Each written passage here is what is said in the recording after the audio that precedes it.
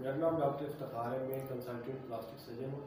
आज हम इस वीडियो में डिस्कस करेंगे जो हाथ के पट्टे हैं जब कट जाते हैं फ्लेक्सर टेंडन्स, तो उसके बाद क्या करना चाहिए, उसका इलाज, उसकी ये सर्जरी कब होनी चाहिए और कैसे होनी चाहिए। जो फ्लेक्सर टेंडन है, हमारे हाथ के सामने वाले जो पाम की साइड के जो टेंडन हैं, जो पट्टे हैं, उनको हम फ्लेक्सर टेंडन कहते हैं। इसमें आमतौर पे 8 टेंडन होते हैं जो फिंगर्स के होते हैं। इसके अलावा थंब का इनसे सेपरेट टेंडन है। इन सबको हम फ्लेक्सर टेंडन कहते हैं, जो हाथ की उंगलियों को फ्लेक्स करते हैं, यानी कि उसको इकट्ठा करते हैं मूवमेंट के लिए।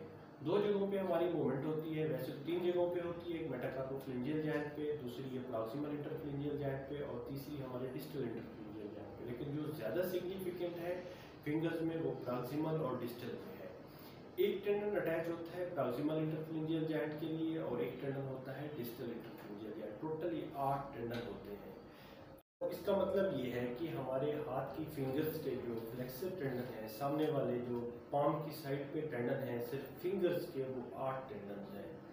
4 जिसको हम फ्लेक्सर डिजिटोरम सुपरफिशियल कहते हैं और 4 फ्लेक्सर डिजिटोरम प्रोफंडस है। जो फ्लेक्सर डिजिटोरम सुपरफिशियल है वो हमारा जो पहले वाला जोड़ है, जिसको हम प्रॉक्सिमल इंटरफ्लिंजियल जॉइंट है, उसकी मूवमेंट या उसकी हरकत के लिए होते हैं। और बाकी 4 हमारे जो डिस्टल इंटरफ्लिंजियल जॉइंट पे होते हैं, जिनको हम फ्लेक्सर डिजिटोरम प्रोफंडस कहते हैं। ये एक बुनियादी बात है कि 8 टेंडन है ये जान। और एक टेंडन जो थंब का होता है, जिसको हम फ्लेक्सर पोलिसिस लांगस कहते हैं, वो थंब की फ्लेक्शन करता है।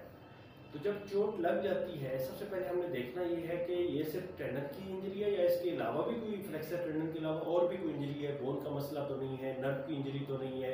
इस जोन में है 5 जोन होते हैं फ्लेक्सर टेंडन के। जो 2 जोन होते हैं वो फिंगर के अंदर होते हैं। जो सेकंड और सेकंड जोन है, ये देखना है कि किस जोन में फ्लेक्सर टेंडन के किस जोन की इंजरी है और इसके साथ बाकी एसोसिएटेड इंजरीज और क्या है। अगर तो सिर्फ आइसोलेटेड टेंडन की इंजरी है, बाकी फिंगर की वास्कुलरिटी ठीक है, उसकी खून की सप्लाई सही है, तो फिर कोई इमरजेंसी नहीं है। और वुंड अगर क्लीन नहीं है तो ये बाद में रिपेयर हो सकता है। और अगर फिंगर की वास्कुलरिटी का मसला है, उसकी ब्लड सप्लाई कटी हुई है, तो वो एक इमरजेंसी है। उसमें उसकी खून की सप्लाई बहाल करना सबसे पहले ज़रूरी है। टेंडन या नर्व या किसी भी चीज़ से ज़रूरी वो है। और अगर फ्रैक्चर है तो पहले फ्रैक्चर को भी ठीक करना चाहिए। वो ऑर्थोपेडिक सर्जन कहता है, उसको फिक्स करता है, स्टेबल करता है या उसको सपोर्ट देता है। और अगर फ्लेक्सर टेंडन की इंजरी है, जोन 1 की है, वुंड क्लीन है और एसोसिएटेड इंजरीज नहीं है या मिनिमम है, तो वो उसी वक्त भी इन्फेक्शन फ्री है, क्लीन वुंड है या क्लीन कंटामिनेटेड है, तो उसी वक्त रिपेयर हो जाना चाहिए और किया जाता है विद इन 24 आवर, जिसको हम कहते हैं वो उसी वक्त रिपेयर हो जाना चाहिए जोन 1 के अंदर। और अगर जोन 2 की इंजरी है तो फिर उसमें 2 टेंडन होते हैं। इसके अंदर चूंकि पुली और शीट भी होती हैं, ये जानना जरूरी है कि उसी वक्त रिपेयर हो जाए। अगर पुली और शीट उसकी इंटेक्ट है तो जोन 2 की इंजरी भी, अगर और एसोसिएटेड इंजरीज नहीं है। डिजिटल नर्व की इंजरी होती है आमतौर पे, वो भी उसी वक्त रिपेयर हो जाती है। अब चलते हैं जोन 3 की तरफ।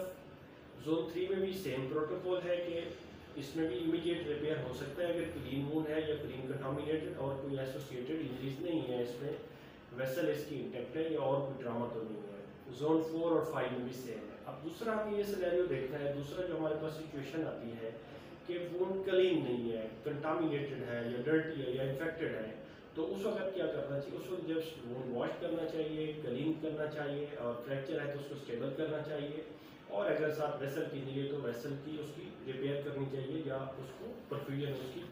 ये दूसरा सिनेरियो हो गया अगर वुंड क्लीन नहीं है तो। इसको 24 आवर के बाद भी रिपेयर कर सकते हैं, जिसको हम सेकेंडरी रिपेयर कहते हैं, सबएक्यूट फेज में, या इवन आप उसको डिले भी कर सकते हैं, जिसको हम डिलेड प्राइमरी भी कहते हैं। ये हम वीक्स टू मंथ में भी कर सकते हैं, जब तक कि ये सारी चीज़ें सेटल नहीं हो जाती। अब तीसरी कंडीशन ये है कि इमीडिएट हमने रिपेयर नहीं किया और सब एक्यूट फेज पे भी नहीं किया, हमने डिलेट किया है, तो वो हर जोन का डिफरेंट है। अगर तो जोन 2 में है तो वो एक डिफरेंट सिनेरियो है।